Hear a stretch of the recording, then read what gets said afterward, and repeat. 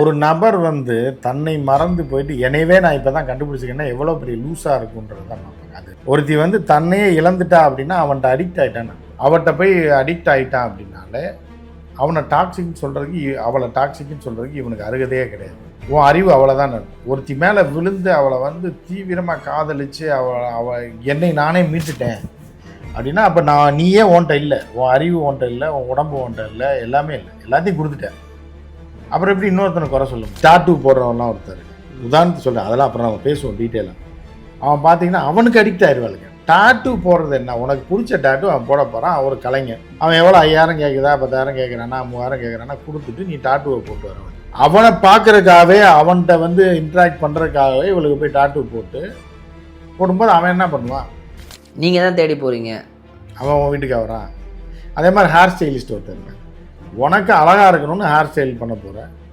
அவன் ஒரு கூலிக்காரன். அவன் பிரதர் அப்படி பண்ணுங்க, எனக்கு இந்த ஸ்டைலில் வேணும் அப்படின்னு டீசெண்டாக பண்ண வேண்டியது. அவன்கிட்ட அப்படி விழுந்துடுறாளுங்க. கல்யாணம் ஆகி அவன்கிட்ட போய் விழுந்து உருகி அவன்கிட்ட வந்து அங்கே ஒன்றுமே சில விஷயம் அங்கே நேரடியாக பண்ண முடியாது, இல்லை பண்ணுறதை அவங்க எடுக்க மாட்டாங்க. எல்லாமே முடிச்சுட்டு தான் வராங்க. காதல் போதை எப்போ வரும்னா அது வந்து போய் ஒரு காமத்தில் முடிஞ்சிச்சுனாலே அது குறைய ஆரம்பிச்சு. இதுதான் காதல். காதலுக்கு மருந்து இருக்குது, ஒரே மருந்து தான். அந்த மருந்தை போட்டாங்கன்னு வைங்க, அதுக்கப்புறம் காய்ச்சல் ஆட்டோமேட்டிக்காக குறைஞ்சி. இது வந்து அடிக்ஷன். அவங்க மேலே ஈர்ப்பு கொண்டது அடிக்ட் ஆகிறது. இதுக்கு வந்து பேராசிட்டமால் போட்டாலும் சரியாகாது, இது போட்டாலும் சரியாகாது. பித்தம் தெளியணுங்கிற மாதிரி தெரியவே தெரியாது. அதுவாக தெளிஞ்சா தான் உண்டு. அதுதான் இந்த நடிகைக்கு வந்து இப்போ தான் அவங்க டாக்ஸிக்காக இருந்தாங்கிறாங்க சார். ஐ மீன் என்னை வந்து ரூல் பண்ணி எனக்கு எதை போடக்கூடாது, போடணும், நான் எப்படி இருக்கணும், எந்த ஃபோட்டோ போடணும், எதுக்கு நீ போன, அவங்க அப்படின்னு தெரிஞ்சிச்சு இல்லை அப்படிங்கிறீங்க. அப்போ நீங்கள் அடிக்ட் ஆகிட்டீங்கன்னு சொல்லி. அதாவது ஒன்று நீங்கள் நினச்சிங்க, இவளுக்கு எல்லாமே பலர் இந்த இதில் அந்த கொரியன் படத்தை பார்த்து நாசமாக பண்ணவளுக்கு தான் இவளுக்கு போகிறாங்க. சார் வணக்கம் சார். வணக்கம் நந்தா. வணக்கம். இப்போ இந்த குரு பயிற்சி, சனி பயிற்சி அதெல்லாம் சொல்லுவாங்க. நேரம் சரியில்லை அப்படின்னா எதை தொட்டாலும் தப்பாக தான் போய் முடியும், நம்ம நல்லதே நினச்சி பண்ணாலும் தப்பில் முடியுங்கிற மாதிரி விக்ரமுக்கும் அவர் குடும்பத்துக்கும் தான் நேரம் சரியில்லையா பாவம். ஏன்னா அவர் குரங்கு எடுத்து வீடியோ போட்டு இப்போ சிக்கலில் மாட்டிக்கிறாரு, கைது செய்யப்படுவாராங்கிறது. அதெல்லாம் கைதுலாம் செய்யப்படுறாங்க. கைது செய்யப்படுறாங்க. என்ன விஜய் அவர்களுடைய முதலமைச்சர் விஜய் ஒரு நடிகர், அவருடைய சீனியர், அவரோட ஆட்சியில் அதெல்லாம் குரங்குக்காகலாம் கைது செய்கிறாள். எத்தனையோ பிரச்சனை போயிட்டு இருக்கு. ஒரு குரங்கை கட்டி பிடிச்சிருக்காப்புல, கட்டி அணைச்சி இல்லையா, குரங்கை கட்டி அடிக்கிறது தப்புனா அவர் தப்பா. அதுக்கு ஒரு ஓசோ ஒரு கதை சொல்லுவார்.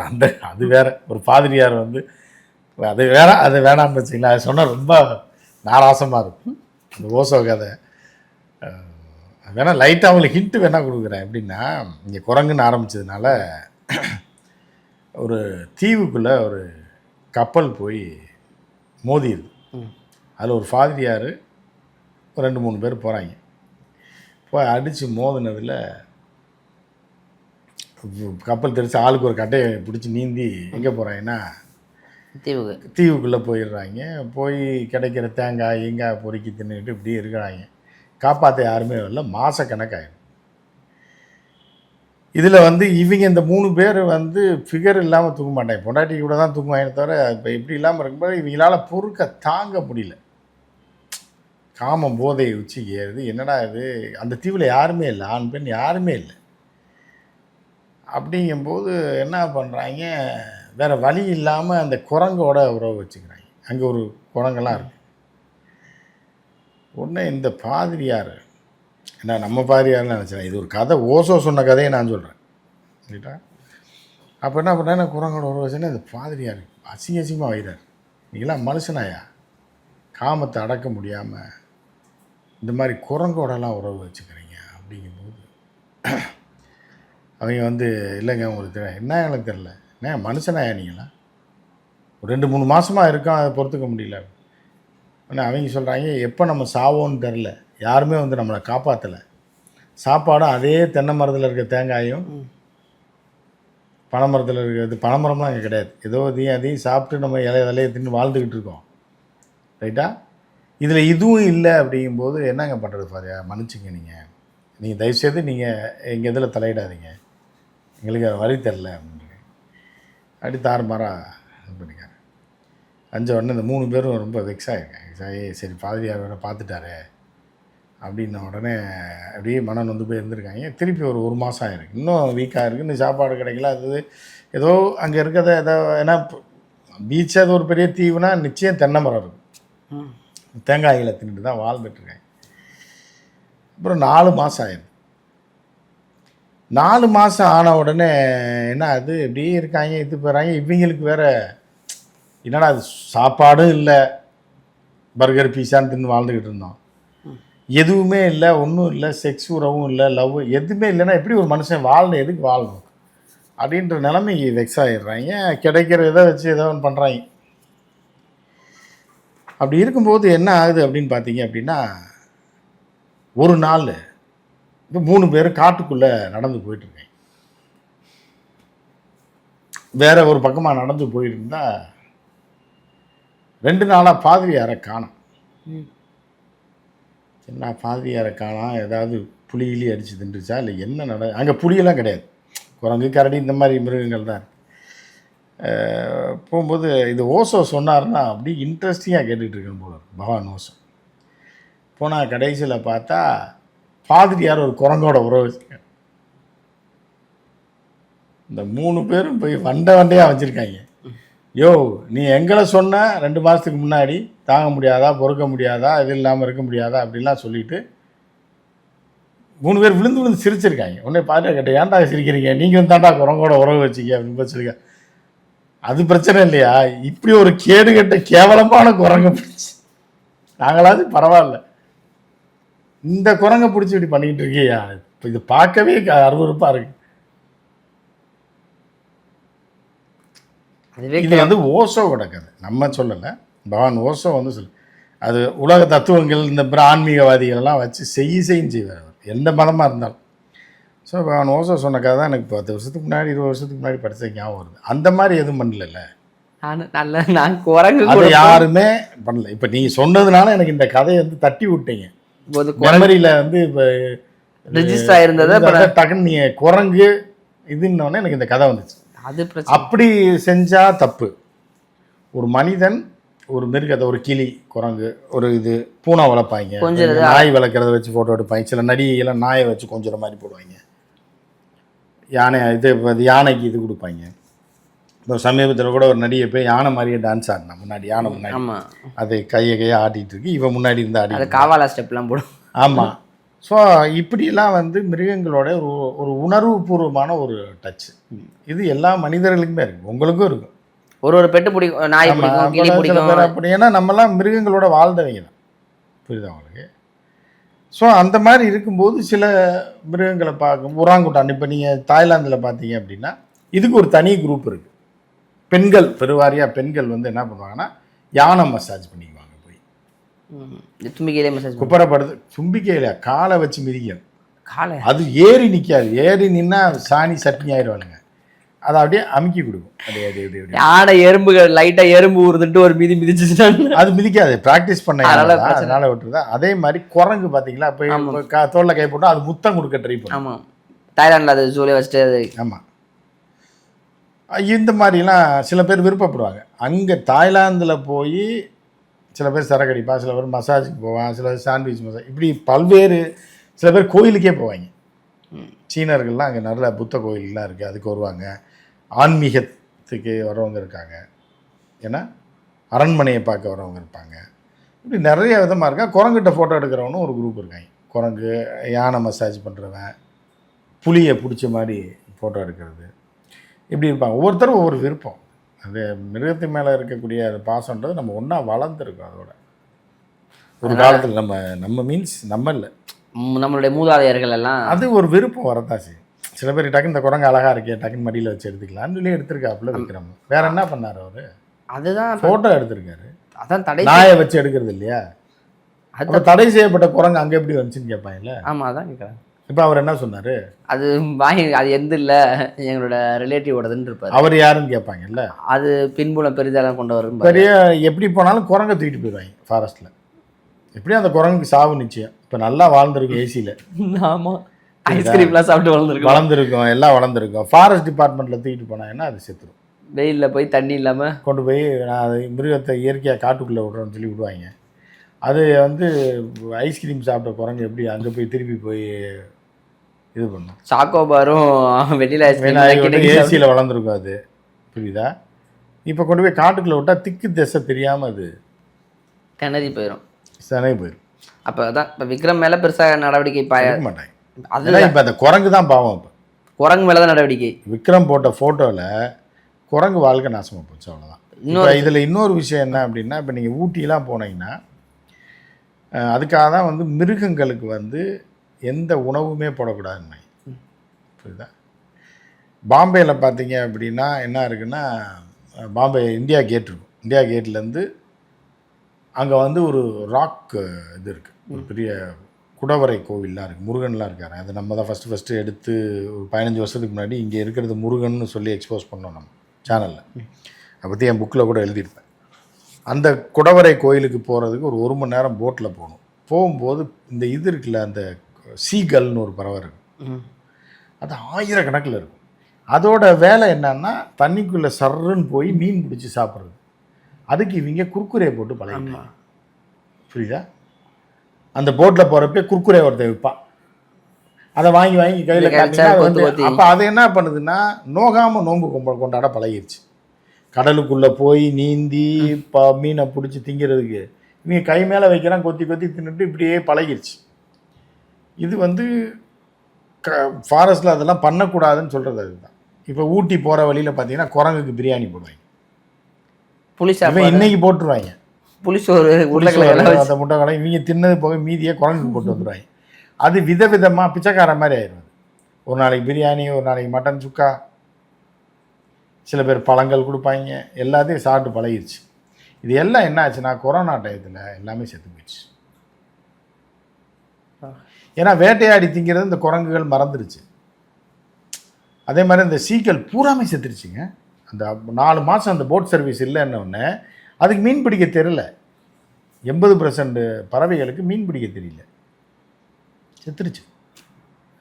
ஸோ அந்த மாதிரிலாம் இருக்குது. இந்த மாதிரி இப்போ இந்த குரங்கோட வாழ்க்கை விக்ரமால நாசமாயிடுச்சுன்னு தான் சொல்லுவேன். குரங்கால் விக்ரமுக்கு வந்த சோதனைன்னு பார்த்தா விக்ரமால் தான் குரங்கு சோதனைங்கிற மாதிரி மாறுது பாருங்க. ஃபாரஸ்ட்டில் ஒன்றும் பண்ண மாட்டாங்க. குரங்கு தூக்கிட்டு போய் விட்டுட்டு விக்ரம் எங்கே இருந்துச்சுன்னா இந்த அவர்கிட்ட இருந்துச்சுன்னா அப்புறம் கடைசியில் கேஸ் போடாமல் இருக்கிறதுக்கு என்ன சொல்லுவாங்கன்னா, அது ரோட்டில் திரிஞ்சிட்டு இருந்துச்சு, எடுத்து ஃபோட்டோ எடுத்தோம், சாரி அப்படின்ட்டு போயிடுவாங்க. குரங்கு அவங்க தூக்கி சாரி அப்படின்னு. சரி, இப்போ இதுதான் விக்ரமுக்கு தான் இந்த பிரச்சனைன்னு பார்த்தா அவரோட பையன் துரு விக்ரமுக்கு இப்போ தான் படம் நடிச்சுட்டு ஓரளவுக்கு ரைஸ் ஆகி வந்துட்டு இருந்தார். ரைஸ் ஆனது அப்படியே ரைஸ் ஆனார். ஒரு சார் எதுவுமே ஒரு படமும் ஓடல. பைசன்லாம் ஓரளவுக்கு நல்லா தான் சார், ஓரளவு நல்லா தான் சார். பைசன் பரவாயில்லாமல் போச்சு, நல்லா கொஞ்சம் சரி வர்றாரு, அப்படி டக்குன்னு வந்தார். வர்றாருன்னு சொல்லுங்க, பஸ் ஸ்டாண்டை நோக்கி வந்துகிட்டு இருக்காரு. இப்போ சரி, இப்போ சைக்கிள்லையாவது அந்த சைக்கிள் வேகத்துக்காக வர்றாருன்னு வச்சுக்கலாமே. கொஞ்சம் எஃபர்ட்லாம் போட்டு வந்தார். டக்குன்னு பார்த்தா அனுபமா அந்த நடிகை அவங்க வந்து ஒரு இன்டர்வியூ தர்றாங்க மலையாளத்தில், மறுபடியும் 2வது வீடியோ தர்றாங்க. தொடர்ந்து அவங்க டைரெக்டாக பேரை சொல்லாமல் குறிப்பிடுறாங்க, அது இவரை தான் குறிப்பிடுறாங்கிறது எல்லாருக்கும் தெரிஞ்சு சோஷியல் மீடியாவே கலவரமாகுது சார். என்ன இந்த ரிலேஷன்ஷிப்பில் அவங்க தான் டாக்ஸிக் டாக்ஸிக்கா லைக் அது மாதிரிலாம் வார்த்தையெல்லாம் பயன்படுத்தி டாக்ஸிக்கான ரிலேஷன்ஷிப் 2 வருஷமாக இருந்தேன், என்னையை நான் கண்டுபிடிச்சிட்டேன் அப்படின்னு சொல்லிட்டு மீண்டு போயிட்டாங்க. இப்போ இதை எப்படி புரிஞ்சுக்கிறது இந்த ரிலேஷன்ஷிப்பில்? ஒரு நபர் வந்து தன்னை மறந்து போயிட்டு என்னையவே நான் இப்போ தான் கண்டுபிடிச்சிக்கேன்னா எவ்வளோ பெரிய லூஸாக இருக்குன்றது தான் பார்ப்பாங்க. அது நீ யார், அனுபவமாவோ நிருபமாவோ யாராக இருக்கட்டும், ஒருத்தி வந்து தன்னையே இழந்துட்டா அப்படின்னா அவன்கிட்ட அடிக்ட் ஆகிட்டான்னு அர்த்தம். ஒருத்தன்ட்ட அது எவனோ ஒன்று எவ்வளோ ஒருத்தி இல்லை எவனோ ஒருத்தன் எவ்வளோ ஒருத்தி அப்படி கூட வச்சுக்கலாம். அவட்ட போய் அடிக்ட் ஆகிட்டான் அப்படின்னாலே அவனை டாக்ஸிக்னு சொல்கிறதுக்கு அவளை டாக்ஸிக்னு சொல்கிறதுக்கு இவனுக்கு அருகதையே கிடையாது. உன் அறிவு அவ்வளோதான் அர்த்தம். ஒருத்தி மேலே விழுந்து அவளை வந்து தீவிரமாக காதலிச்சு அவள் என்னை நானே மீட்டுட்டேன் அப்படின்னா அப்போ நீயே ஓன்ட்ட இல்லை, உன் அறிவு ஓன்ட்ட இல்லை, உன் உடம்பு ஓன்ட்ட இல்லை, எல்லாமே இல்லை, எல்லாத்தையும் கொடுத்துட்டேன். அப்புறம் எப்படி இன்னொருத்தனை குறை சொல்ல முடியும்? அடிக்ட் ஆகி அடிமை போன்று மாறினது உங்களோட தவறுங்கிறீங்களா? ஏங்க இப்போ கஞ்சா ஒருத்தன் விற்கிறான் ஒரு இடத்துல, நீங்கள் கஞ்சா குடிக்கிறீங்களா? ஏன் குடிக்கிறது இல்லை? பிடிக்கல. அப்போ 100க்கு 1000ல் 5 பேர் குடிக்கிறான். 1000ல் அந்த 5 பேரில் நீங்களும் இல்லை நானும் இல்லைன்னு வச்சுக்குவோம். அப்போ நமக்கும் தெரியும் கஞ்சா விற்கிற இடம், ஏன் நம்ம அடிக்ட் ஆகலை? அது என்னன்றது நமக்கு தெரியும், அது நமக்கு பிடிக்கல, ஏதோ ஒரு காரணம் இருக்குது. நீங்கள் போய் அடிக்ட் ஆகிட்டு அவனே காட்டி கொடுத்துட்டு கஞ்சா போய் அடிச்சுட்டு போதையில் நல்லா அனுபவிச்சுட்டு ஒரு 4 வருஷம் இவனால தாங்க இவன் இந்த ஏரியாவில் தான் அடிக்ட் ஆகிட்டேன், நான் இப்போ தான் என்னையை மீட்டிருக்கேன் என்னையும் நானே மீட்டிருக்கேன். இந்த கஞ்சா விற்கிறவனால தான் என் வாழ்க்கை அப்படி நாசமாக போச்சுன்னு சொல்ல முடியுமா? முடியாது. கஞ்சா விற்கிறவனோட வேலை அதுதான். இப்போ ஊரில் இத்தனை ஆயிரம் பேர் இருக்கான், இவெல்லாம் போய் கஞ்சா வாங்கி குடிச்சிட்டு அடிக்ட் ஆகி அவன் பின்னாடியாக போயிட்டுருக்கான். நீ எதுக்கு போய் அடிக்ட் ஆன அவன்கிட்ட? லவ் பண்ணலாம். லவ்ன்றது வந்து எப்படி அப்படின்னா, லவ் வந்து எல்லாருக்குள்ளேயும் இருக்கும். அது கேஷுவலாக பார்க்குறது கிடையாது. ஒரு டீப்பான லவ் வந்து எல்லாருக்குமே வரும். ஒரு 75% பேருக்கு ஒரு டீப் லவ் வரும். அந்த லவ்வுக்கும் ஒரு லிமிட் இருக்குது. அது ரொம்ப, அதாவது லவ் மாதிரி ஒரு போதை எதுவுமே கிடையாது. லவ் மாதிரி ஒரு அடிக்ஷன் வந்து இந்த உலகத்தில் எதுவுமே கிடையாது. புரியுதா? அந்த மாதிரி ஒரு எதுவுமே கிடையாது. ஆனாலும் அதுக்கும் ஒரு லிமிட் இருக்குது. இதெல்லாம் இப்போ ஒரு பிள்ளை வந்து வளர்த்த அப்பனை அம்மாவை விட்டுட்டு இப்போ ஓடுது, இவன் தான் வேணும், நம்ம யாருன்னே தெரியாது, என்ன வேலை பார்க்குறான், அந்த நாசக்காரன் யாருன்னே தெரியாது, படிப்பறிவே இருக்காது, அவன் கூட இப்போ ஓடி போயிடுவான். அதே ஒரு அடிக்ஷன். அதெல்லாம் ஒரு லெவல் தான். அதெல்லாம் ஒரு 40% 35% தான். இதெல்லாம் அதை தாண்டிய அடிக்ஷன் அப்படின்னா, ஒரு பெண்ணோட அழகுலையோ ஏதோ அவளை பிடிச்சிரும். ஏதோ ஒரு காரணத்துக்காக பிடிக்கும். எல்லாருக்கும் அவளை பிடிக்கும்னு சொல்ல முடியாது. அந்த குறிப்பிட்ட நபருக்கு அந்த பெண்ணை ரொம்ப பிடிச்சிரும். அடிக்ட் ஆயிடுவாங்க. அந்த அடிக்ஷன் வந்து பலருக்கு ஒரு 30% பேருக்கு வரும். 25-30% பேர் அந்த அடிக்ஷன் வரும். அதே மாதிரி பெண்ணுக்கும் ஆண் மேலே அடிக்ஷன் வரும். அதுக்கு என்னென்னா ஸ்டேட்டஸ்ஸு, ஏன்னா ரெண்டாவது ஆள் நல்லா இருக்கான், இவன் நமக்கு இருக்குன்னு சொல்லி ஒரு பிடிச்சிரும். அதுக்கப்புறம் அவனோட டீலிங்கை வச்சு டோட்டலாக அடிக்ட் ஆகிடுவாங்க பெண்கள். இப்போ நீங்கள் இந்த டாட்டூ போடுறவன்லாம் ஒருத்தர் இருக்கான், உதாரணத்துக்கு சொல்கிறேன், அதெல்லாம் அப்புறம் நம்ம பேசுவோம் டீட்டெயிலாக. அவன் பார்த்தீங்கன்னா அவனுக்கு அடிக்ட் ஆயிடுவாளுங்க. டாட்டூ போடுறது என்ன, உனக்கு பிடிச்ச டாட்டூ அவன் போட போகிறான், அவர் கலைஞன், அவன் எவ்வளோ 5000 கேட்குதா 10,000 கேட்குறானா 3000 கேட்குறானா கொடுத்துட்டு நீ டாட்டூவை போட்டு வர வேண்டியதான். அவனை பார்க்குறதுக்காகவே, அவன்கிட்ட வந்து இன்ட்ராக்ட் பண்ணுறதுக்காகவே இவளுக்கு போய் டாட்டூ போடும்போது அவன் என்ன பண்ணுவான்? நீங்கள் தான் தேடி போகிறீங்க, அவன் உன் வீட்டுக்கு வரான். அதே மாதிரி ஹேர் ஸ்டைலிஸ்ட் ஒருத்தர் இருக்காங்க. உனக்கு அழகாக இருக்கணும்னு ஹேர் ஸ்டைல் பண்ண போகிற, அவன் ஒரு கூலிக்காரன். அவன் பிரதர் அப்படி பண்ணுங்க, எனக்கு இந்த ஸ்டைலில் வேணும் அப்படின்னு டீசெண்டாக பண்ண வேண்டியது. அவன்கிட்ட அப்படி விழுந்துடுறாளுங்க. கல்யாணம் ஆகி அவன்கிட்ட போய் விழுந்து உருகி அவன்கிட்ட வந்து அங்கே ஒன்றுமே சில விஷயம் அங்கே நேரடியாக பண்ண முடியாது, இல்லை பண்ணுறதை அவங்க எடுக்க மாட்டாங்க, எல்லாமே முடிச்சுட்டு தான் வராங்க.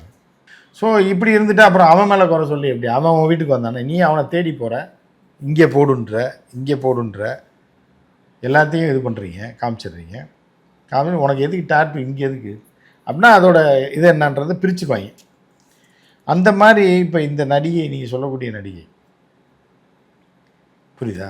அடிக்டட் அப்படிங்கிற வார்த்தை தப்பு. இருந்தாலே நீ வந்து நல்ல மனநிலையில் இல்லைன்னு அர்த்தம். நீ இன்னொருத்தனை குறை சொல்லி பிரயோஜனம். நீ ஒரு அடிக்ட் ஆகிறனால நீ சராசரி மனநிலையில் இல்லை. அது கஞ்சா அடிக்டாக இருந்தாலும் சரி, பிராந்தி விஸ்கி. அதுக்கு அவங்க சொல்கிறாங்க சார், காதலுங்கிற ஒரு பேரில் என்ன கேர் பண்ணுறாங்கன்னு நினச்சி அதுதான் பிறகு தெரியுது. இல்லை, காதல்ன்றது ஒருத்தர், அதாவது காதல் வந்து அதுக்கு ஒரு பெரிய ஒரு இது இருக்குது, ஒரு பெரிய டிஃபனிஷன் இருக்குது. சும்மா சின்னதாலாம் காதலை வந்து சின்னதாக சுருக்கலாம் முடியாது. காதல்ன்றது ஒரு போதை தான், புரியுதா உங்களுக்கு? நீங்கள் ஏன் வந்து டாஸ்மாக்கு இப்போ அந்த காதல் போதை எப்படின்னு பார்த்தீங்கன்னா சிம்பிளாக சொல்கிறேன், ஏன்னா அது ஒரு பெரிய ஒரு கடல். அது காதல் போதை எப்போ வரும்னா, அது வந்து போய் ஒரு காமத்தில் முடிஞ்சிச்சுனாலே அது குறைய ஆரம்பிச்சிடும். காய்ச்சலுக்கு இப்போ முதல் நாள் பார்த்தீங்கன்னா 104 தூக்கி அடிக்கும். நீங்கள் போர்வையை போட்டு பொத்தி தான் ஆஸ்பத்திரிக்கே கூப்பிட்டு போவாங்க. ஆனால் ஒரு ஊசியை போட்டு, ஒரு ஆன்டிபயோட்டிக்கை போட்டு, ஒரு பேராசிட்டமாலை கொடுக்க காய்ச்சல் இறங்கும் பாருங்க. இப்போ 3ஆவது நாள் சரியாகிடுவீங்க, 7ஆவது நாள் காய்ச்சல் சரியாயிடும். இதுதான் காதல். காதலுக்கு மருந்து இருக்குது, ஒரே மருந்து தான். அந்த மருந்தை போட்டாங்கன்னு வைங்க, அதுக்கப்புறம் காய்ச்சல் ஆட்டோமேட்டிக்காக குறைஞ்சிரும். இது வந்து அடிக்ஷன். அவங்க மேலே ஈர்ப்பு கொண்டது அடிக்ட் ஆகிறது. இதுக்கு வந்து பேராசிட்டமால் போட்டாலும் சரியாகாது, இது போட்டாலும் சரியாகாது. பித்தம் தெளியணுங்கிற மாதிரி தெரியவே தெரியாது. அதுவாக தெளிஞ்சால் தான் உண்டு. அதுதான் இந்த நடிகைக்கு வந்துருக்கு. இப்போ தான் அவங்க டாக்ஸிக்காக இருந்தாங்கிறாங்க சார். ஐ மீன், நீ என்னை வந்து ரூல் பண்ணி எனக்கு எதை போடக்கூடாது, போடணும், நான் எப்படி இருக்கணும், எந்த ஃபோட்டோ போடணும், எதுக்கு நீ போன, அவங்க அப்படின்னு தெரிஞ்சிருச்சு இல்லை அப்படிங்கிறீங்க. அப்போ நீங்கள் அடிக்ட் ஆகிட்டீங்கன்னு சொல்லி. அதாவது ஒன்று நீங்கள் நினச்சிங்க, இவளுக்கு எல்லாமே பலர் இந்த இதில் அந்த கொரியன் படத்தை பார்த்து நாசமாக பண்ணவளுக்கு தான் இவளுக்கு பூராமல். எந்த ஆணுமே அப்படி இருக்க மாட்டான் இயற்கையாக. இது எல்லாமே யாரோட, இப்போ நம்ம சீரியல், தமிழ் சீரியல் எடுத்துங்க, எல்லாமே இந்த பொம்பளைங்கள்லாம் பார்த்தீங்கன்னா வில்லி மாதிரியே பேசுவானுங்க. அவனை கொல்லாம விடக்கூடாது, இங்கே பார் நான் உனக்கு 1,00,000 தர்றேன், எப்படியாவது அவளை வந்து அவன்கிட்ட பிரிச்சிரு. இப்படி எந்த குடும்பத்துலேயும் 10 வருஷத்துக்கு முன்னாடி வரைக்கும் பேச மாட்டாங்க. இந்த டைலாக்லாம் யார் எழுதுறா? பொம்பளையா?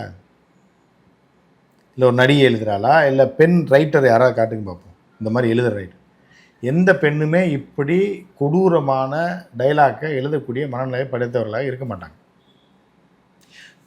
இருந்தால் கூட ஏதோ ஒரு படத்தில் ஒரு வாய்ப்புக்காக ஒரு இதை எழுதுவாங்களே தவிர, இதே மாதிரி 10 வாய்ப்பு கிடச்சா அவங்க எழுத மாட்டாங்க. யாராவது பெண் எழுத்தாளர்களையோ பெண் வசனகர்த்தாவையோ இல்லை சீரியலில் எழுதுகிற பெண் கதை ஆசிரியர்களை காட்டுங்க, இருக்காது. இது எழுதுகிற பூரா ஆண். இந்த ஆண் தன்மையை பெண்ணுக்கு புகுத்திடுவான். புகுத்தி என்ன பண்ணுவான்னா, மாமியார் வில்லிங்கள் இருக்காளுங்க, அது வேற. அவளுக்கு இந்த மாதிரி டைலாக்லாம் பேச தெரியாது, நேரடியாக முடிச்சுருவாளுங்க. புரியுதா? அது சில வில்லிங்கள் இருக்காளுங்க. ஆனால் இந்த பெண்ணுக்கு பார்த்தீங்கன்னா மேக்கப் போட்டு பளிச்சுன்னு இருப்பாளுங்க. 20 வயசு 25 வயசு தான் இருக்கும். அவள் பண்ணுற பேசுகிற வில்லித்தன பேச்செல்லாம் பார்த்தீங்கன்னா அவனை அவனை எப்படி தூக்குறேன்னு மட்டும் பாரு. அவட்ட அவள் புருஷனை உடச்சி நான் கல்யாணம் பண்ணி அவளை நாசக்காட தெருவில் நிறுத்தலை அப்படின்னா இதெல்லாம் யார் எழுதுகிற டைலாக்கு? ஆம்பளை எழுதுகிற டைலாக்கு. இவனுடைய இது வக்கரம் போதை இது எல்லாத்தையும் பொம்பளை ரூபத்தில் ஏற்றி சாத்தானா அவளை பேச வச்சு அதை பார்த்து வீட்டில் இருக்க பொம்பளைங்க பேச ஆரம்பிச்சிட்டாங்க பலரும். நடவடிக்கை அப்படியே மாறிடுச்சு, அவரோட ஆசை அந்த மாதிரி மாறிடுச்சு, மேக்கப் அந்த மாதிரி பளிச்சுன்னு பார்த்தீங்கன்னா எல்லா சீரியல்லையும் பார்த்தீங்கன்னா பலன்னு வந்து பியூட்டி பார்லரில் போய் மேக்கப் போட்டு பட்டு சேலை போட்டு தான் பேசிகிட்டு இருப்பாளுங்க 4 பேர் ஆர்டிஸ்ட் பார்த்தீங்கன்னா தெரியும். ஸோ இதெல்லாம் யார் உருவாக்குறான்னா அந்த பெண்கள் உருவாக்குறது.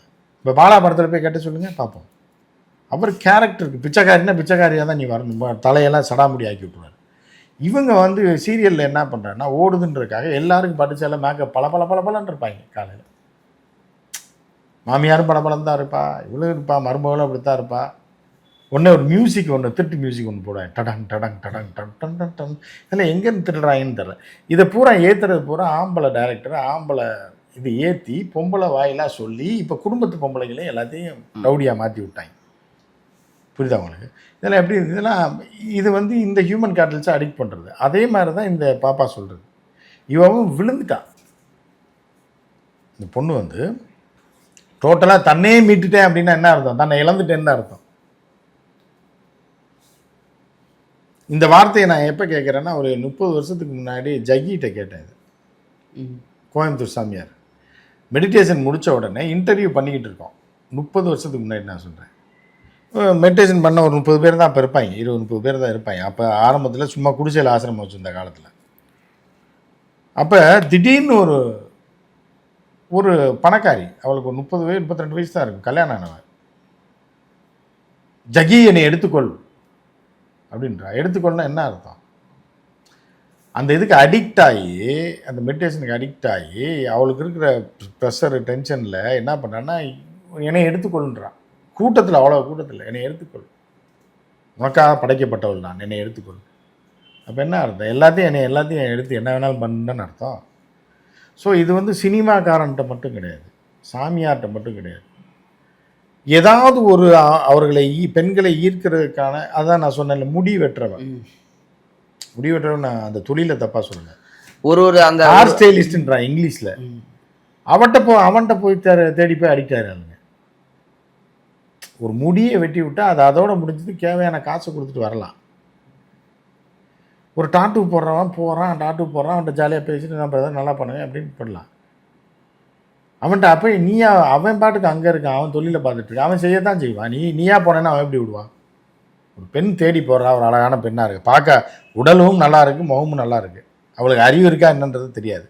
ஆனால் அவளாம் வாலண்டியராக போகும்போது அவன் எப்படி விடுவான்? அப்படி தான் இந்த மேட்ரும். இப்போ வந்து என்னை வந்து இது பண்ண விடுறாங்க, என்னை எந்த ட்ரெஸ் தான் போடணும், இல்லை என்னை இந்த இதில் தான் நடிக்கணும், இதெல்லாம் நீ பேசக்கூடாது வைக்கக்கூடாதுன்னா, இதுதான் வந்து நீங்கள் காட்டு பிராண்டியாக இருந்தாலும் சரி, காலேஜ் ப்ரொஃபஸராக இருந்தாலும் சரி, ஒரு ஆணோட பார்வையில் ஒரு பெண்ணை இப்படி தான் பார்ப்பான். அவள் நமக்கானவளாக இருக்கணும் அப்படின்னு தான் அது அடிப்படை குணம். அது நீங்கள் என்ன லவ் பண்ணாலும் சரி, கவ் பண்ணாலும் சரி, எதான் நினைப்பான். அப்படி இருக்கும்போது நீ வந்து அவன் என்ன வேணாலும் பண்ணுவான். இது வந்து பொதுவான புத்தியை நான் சொல்லுவேன், ஆதரிக்கவும் இல்லை எதிக்கவும் இல்லை.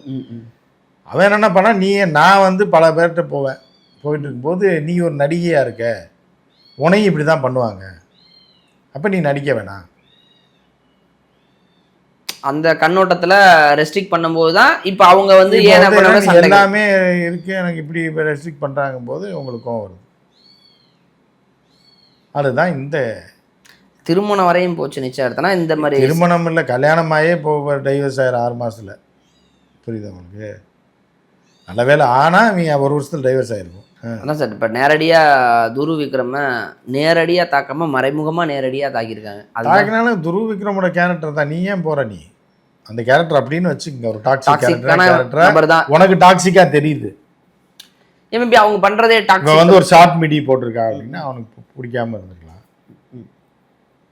அவங்க 2 பேர், நான் அதை தப்புன்னு சொல்ல, ஷார்ட் மிடி போடுறது தப்பு சரின்னுலாம் பேச வரல, அதை கேட்டுக்கிட்ட போங்க, அது உங்கள் இஷ்டம். ஆனால் சில இந்த காஸ்டியூம் பிடிக்காம இருக்கலாம், அதை போடாத. எல்லாருமே ஜென்ரலாக வந்து மேலோட கேரக்டர் பொதுவாக எல்லாரையும் நம்ம சொல்ல மாட்டோம்ல எப்பயுமே. எப்படின்னா அடுத்த வந்து இப்போ செக்ஸியாக ட்ரெஸ் பண்ணான்னா அதை ரசிப்பாங்க, அவன் பொண்டாட்டி போட விட மாட்டான்.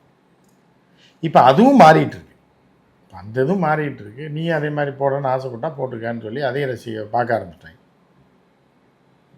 நிறைய இடம் போனா வளம் போனா இருந்தால் நம்ம மேலே விழுந்து பிடுங்காமல் இருந்தால் சரின்ற நிலைமைக்கு நிறையா வந்துட்டாங்க. மகள்களே அப்படி தான் விட்டாங்க இப்போ நிறையா பேர், எல்லாரும் இல்லை. அது பார்த்தா இப்போ நேற்று வந்து ஏர்போர்ட்டில் வந்து ஒரு பொண்ணு போட்டிருக்கா ஒரு ட்ரெஸ்ஸு. அவங்க அப்பாவுக்கு 70 வயசு இருக்கும், இவளுக்கு 35 வயசு இருக்கும். அவங்க அம்மாவுக்கு ஒரு 60 வயசு இருக்கும், ஒரு குழந்தை இருக்குது, புருஷனும் போகிறான். அந்த மாதிரி ஒரு கேவலமான ட்ரெஸ்ஸை ப்ராஸ்டியூட் கூட போட்டு நான் பார்த்ததில்ல. தாய்லாந்து போகிற நாட்டில் கூட பார்த்ததில்ல.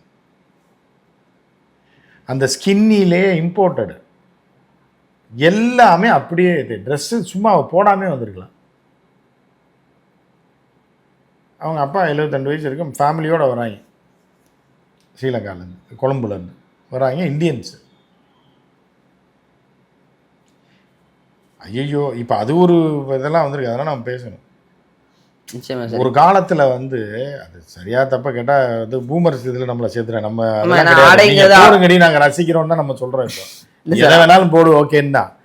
ஆனால் ஒரு காலத்தில் வந்து பெண்கள் சாரி கட்டிட்டு வரும்போது அந்த உள்ளாடை லைட்டாக அந்த இது தெரிஞ்சிடும், தெரிஞ்சாலே பெரிய இது பண்ணுவாங்க. புரியுதா உங்களுக்கு? அந்த மாதிரி இந்த காலம் போய் இப்போ வந்து கீழ் உள்ளாடை தெரியுறதுக்கு தெரியுது, அப்படியே அந்த ஒரு டைட்டாக போட்டால் தெரியும்ல, அதுக்கு பதிலாக இப்போ ஒன்று வந்திருக்கு. எப்படின்னா ஸ்கின்னி உள்ளாடை. அதை ஒரு ஆம்பளையை வச்சு இன்டர்வியூ பண்ணி ஒரு விளம்பரம் போடுறாங்க. எப்படின்னா நீங்கள் ரொம்ப க்ளோஸ் டைட்டாக ஸ்கின்னி ட்ரெஸ் போட்டாலும் அந்த உள்ளே போட்டிருக்க உள்ளாடை வந்து ஒரு ஷேப்பாக தெரியும்ல, அது கூட இதில் தெரியாது அப்படின்னு ஒன்று வந்திருக்கு. இப்போ மார்க்கெட் பண்ணிகிட்ருக்காங்க. இங்கே தாய்லாந்தில் இல்லை, இந்தியாவில், தமிழ்நாட்டில். ஸோ இவ்வளோ கேடு கெட்டு கேவலமாக போகும்போது எல்லாம் நடக்க தான் செய்யும். அதனால அவர் வேணான்னு சில ட்ரெஸ்ஸை வேணான்னு சொல்லியிருக்கலாம், நீ எப்படி என்னைய தடுக்கிற அப்படின்னு இருக்கலாம். அது என்ன ட்ரெஸ் அது போட்டுச்சுன்னு எனக்கு தெரில. இந்த மாதிரிலாம் இருக்க தான் செய்யும். இப்போ டாக்ஸிக்னா அதை ஏன் போய் விழுகிற நீ? உன்னை யார் போச்சோன்னா? அவர் டாக்ஸிக்னு தெரிஞ்சதுக்கப்புறம் நீங்கள் ஏன் போய் விழுகிறீங்க? இப்போ ஆனால் அவர் இப்போ அதுக்கு அமைதியாகவே இருந்தார், டக்குன்னு பதில் சொல்லியிருக்கிறாரு. சார்ந்து பேசாமல், நான் உள்ளே வரும்போதே எனக்கு தெரியும், இது முன்ன சினிமாக்குள்ளே வந்தாலே இதெல்லாம் தெரியும், நான் என்னோடய இலக்கை நோக்கி ஓடிட்டுருக்கேன், நமக்கு அது மட்டும்தான் முக்கியம் அப்படின்னு இதை பற்றி கடந்து போகிறாருல. அவ்வளோதான், அவ்வளோ கேஷுவலாக போயிடும். ஆமாம். இப்போ அந்த தேடி வந்து அதான் போயிடுச்சு. இப்போ அவங்களோட எதிர்காலம். ஏன்னா இப்போ சினிமாவை பொறுத்த வரைக்குமே இது ஒரு பெரிய விஷயமா இருக்குது. பாதிக்கப்பட்ட பெண்ணோ அல்லது எந்த வகையாக இருந்தாலும் அவங்க வந்து வெளில பேசிட்டாங்கன்னா அவங்களோட பாதிக்கப்பட்ட பெண்ணுன்னு இதை சொல்லாதீங்க. இப்போவுமே 2 பேரும் தானே இவங்க 2 பேரும் இண்டிவிஜுவலுங்க. இவன் எங்கே போய் பாதிக்கப்பட்டா? சரி, அவன் எங்கே போய் பாதிக்கப்பட்ட? வெளியில் அவங்க 2 பேரும் இண்டிவிஜுவலாக லவ் பண்ணாங்க, சுற்றுனாங்க, எல்லாமே பண்ணாங்க, கல்யாணம் வரைக்கும் போச்சு. லாஸ்ட்ல பிரச்சனையை மட்டும் வெளில வந்து சொல்லிட்டு அந்த பிள்ளை சொல்லிடுச்சு, அதோட வாழ்க்கை கம்பெனி. சரி, இப்போ 2 பேரும் இன்வால்வ்டாக இருந்தாலும் பிரச்சனையை வெளியில முதல்ல சொன்ன ஒரு பெண்ணுக்கு அவங்களோட கெரியர் காலி தான், எவனும் கூப்பிட மாட்டான். அப்போ இதே வந்து ஒரு பர்சனலாக நீயா போய் தான் லவ் பண்ணியிருக்க, 2 பேர் லவ் பண்ணி ஒன்றா சுற்றின பர்சனலே நீ வந்து வெளியே சொல்லும்போது ஷூட்டிங்கில் எது நடக்கும் ஏதாவது நடக்கும், இதை போய் நீ நடக்கும் நடக்காது. இப்போ நீ இந்த மாதிரி ஆட்கள் போய் ஊரே பரப்பி விட்டுருவாங்க, எதுக்குன்னு சொல்லி ட்ராப் அவுட் பண்ணிடுவாங்க. இது மாதிரி தான் சினிமா இண்டஸ்ட்ரியில் அது பொதுவாக ஒரு பாடகியே ட்ராப் அவுட் பண்ணாங்க இல்லை யாரை?